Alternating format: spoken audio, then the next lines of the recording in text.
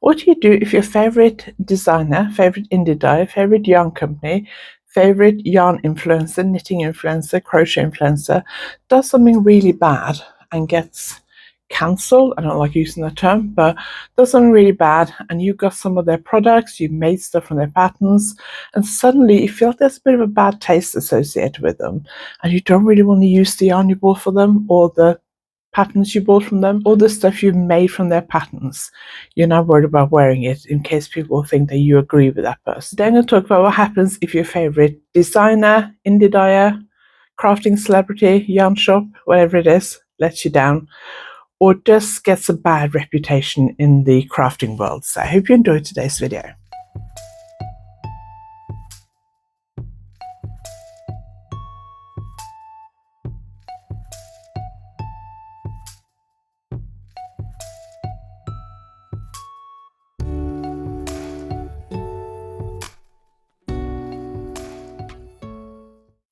If you're new here, my name is Anniken. I design knitting patterns. I teach knitting workshops online and in person, and I sell yarn through my website, YarnAddict.co.uk. If you like this video, please give it a thumbs up, and if you haven't subscribed yet, please consider subscribing.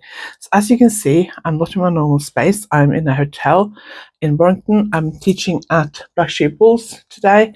Then I'm going home again tonight. I don't know when this video is going to be out.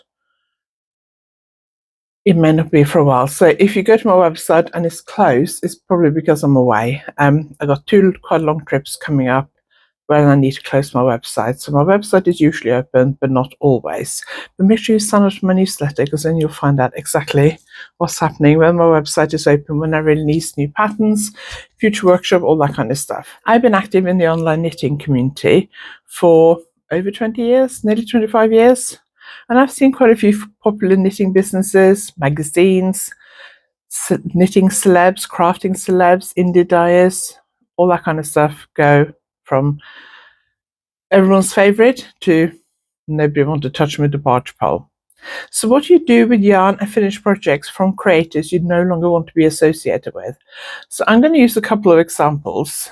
I'm a bit careful about naming names because I don't want to be targeted by people, by their fans, or by the person themselves. So I'm not going to name any names. Please don't speculate in the comments. I'm just using this as a general example.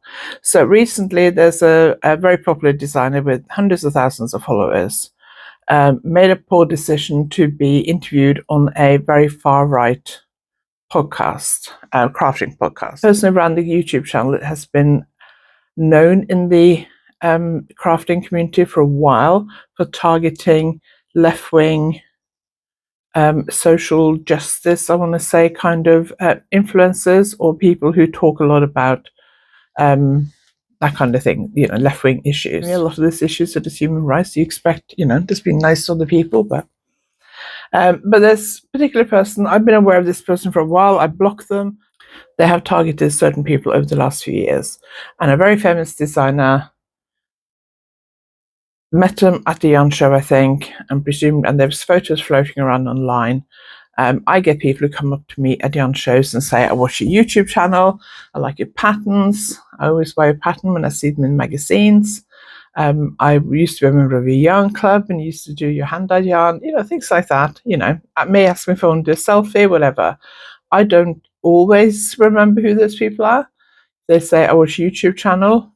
I may end up recognizing their name, I may not. I'm not that good at remembering names, but I may have pictures taken with people that probably perfectly nice people, because most people are, but there is a risk that I end up having my picture taken with somebody who's not a decent person, who knows. But it's easy to do because you can't background check everyone who talks to you at a show, and especially if you've got hundreds of thousands of followers. There's also controversy in the online crafting world that not everyone knows about. I found out about a lot more now than I go on the Reddit regularly.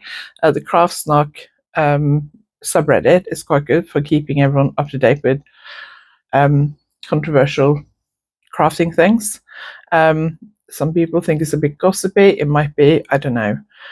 But I am more aware of it. But there's still stuff that people don't know. You can be very famous in the knitting world or crochet world or crafting world generally and not know some of these controversies that everyone knows.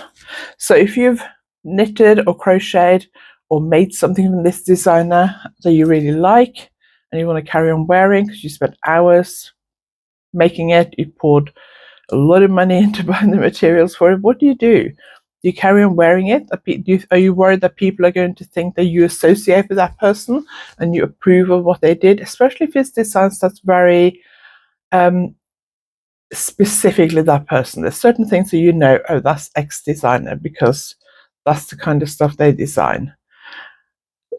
Another problem that frequently happens in the online yarn world is indie dyers who have very bad business practices. One problem is yarn advents, and I've talked about yarn advents before. My advice would be to yarn advents is don't order them too early. Most credit cards and PayPal have a window in which you can do a chargeback if your goods don't turn up. Obviously, with the yarn advent, you expect it to turn up by December 1st. Some say, oh, they'll be sent up by 31st of October, and then they turn up like 2 days before December 1st. As long as you get it by December 1st, I think that's fine. But yeah, every year there are indie dyers who fail to produce what they promised. And if you paid them upfront in January, February, March, you get to December, the parcel doesn't turn up, you chase them, their promise is coming. You get to January, still hasn't turned up, and now you think, well, Christmas is over, I don't want a yarn advent now. But they won't give you a refund, or they say, well, yeah, you can have a refund, but I've got to give loads of refunds, and I can't afford to do them all at once because I'll go bankrupt. So they may put it off. You don't know what's happened to people. Some people may have gone through genuine tragedy, but also, if you're a business owner, you should communicate with people. I used to run a yarn club, and most months I could produce the yarn on time and send it out because I didn't have, I think the most I ever had was about 30 members. I tried not to do too many members because I have health problems and I would struggle to actually produce the stuff in time. So I normally had about sort of between 20 and 30 members. There's some yarn clubs have hundreds of members. And if you then get ill or there's a family bereavement or some kind of thing that means you can't dye the yarn in time, it can easily spiral into something that's completely out of control. This happens to yarn pre-orders as well. A lot of indie dyers will produce collections and put it off a pre-order. If it's popular and it goes viral, they may get hundreds of pre-orders and they think, oh, this is great. You know, they may have thought, well, I can dye 50 skeins for this deadline, but then people kept asking me, so I put up more and more and more and more. Suddenly I had hundreds of pre-orders, and then I'm panicking because how on earth am I going to dye those yarn?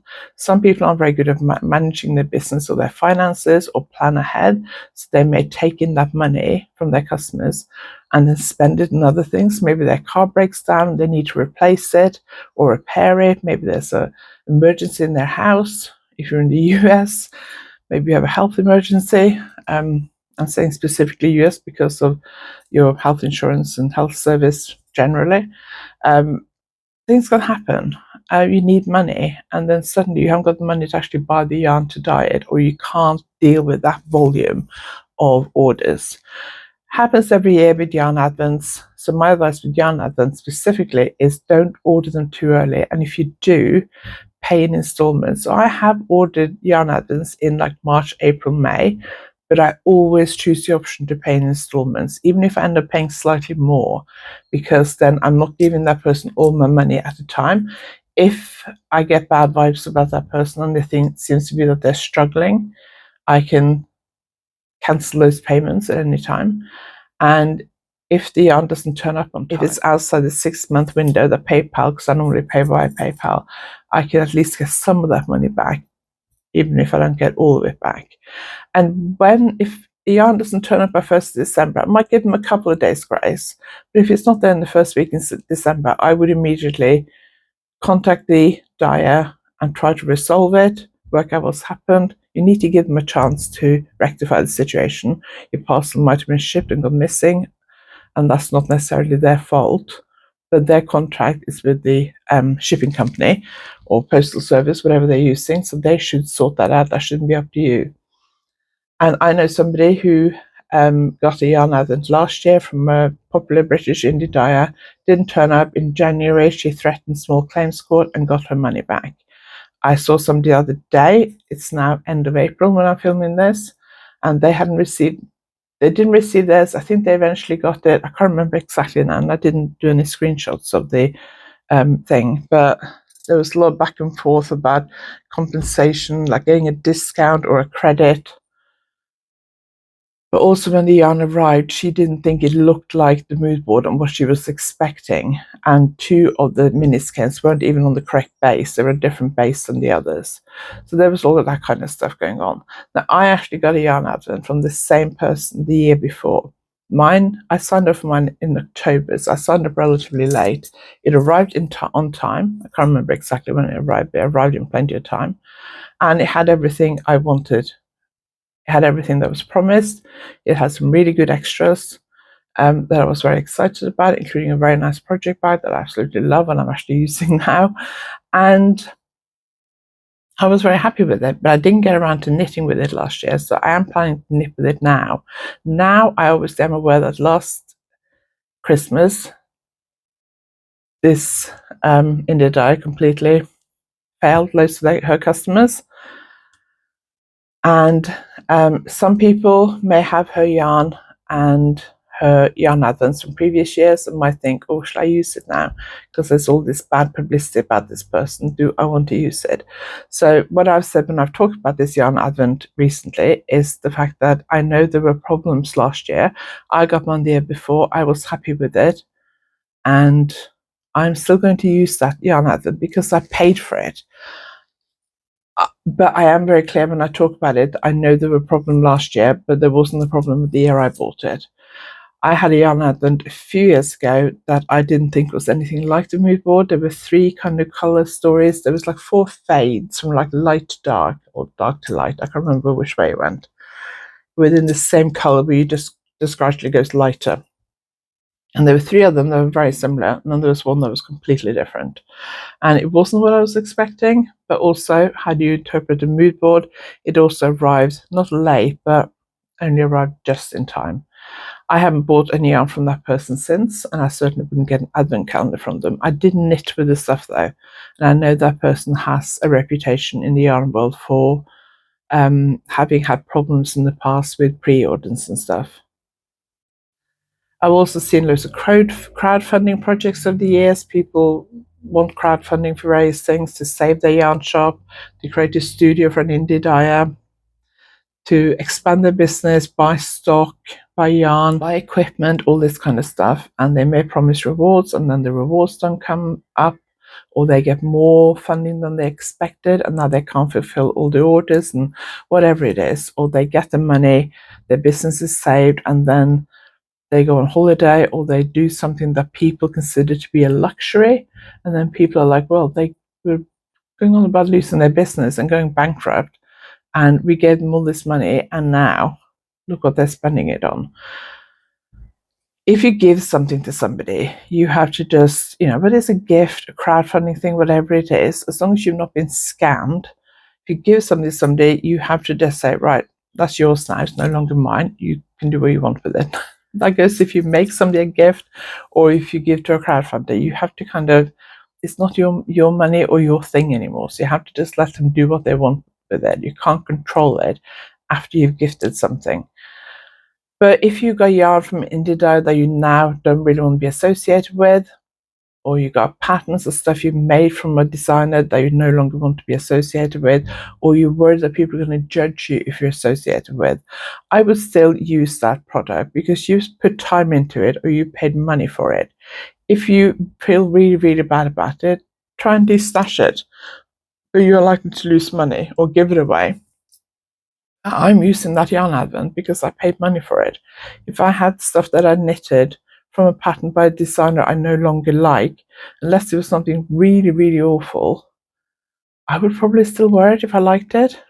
If it's something very distinct and you worry about people are going to judge you, I would just say, well, I made this before this person went bad, and I've spent hundreds of pounds on the yarn, or hundreds of hours, whatever it is making it, dozens of hours, hundreds of hours, whatever it is making it, so I'm going to wear it. Anyway, let me know what you think. If you have yarn from indie dyers who have gone bad, let customers down. If you have patterns from designers that are no longer popular or that you feel have let the community down in some way, how do you feel about that? Will you wear it? Will you not? Will you use their products? Will you not? Let me know in the comments. And please be respectful. I know some of you may know who I'm talking about. Please don't name any names in the comments because I don't want to be targeted by people who support these people. With all of these things, there are two sides to the story. I've only seen the side of people who are critical of these people. There may be something else going on behind the scenes that I'm not aware of. So please be respectful in the comments. Please don't name any names.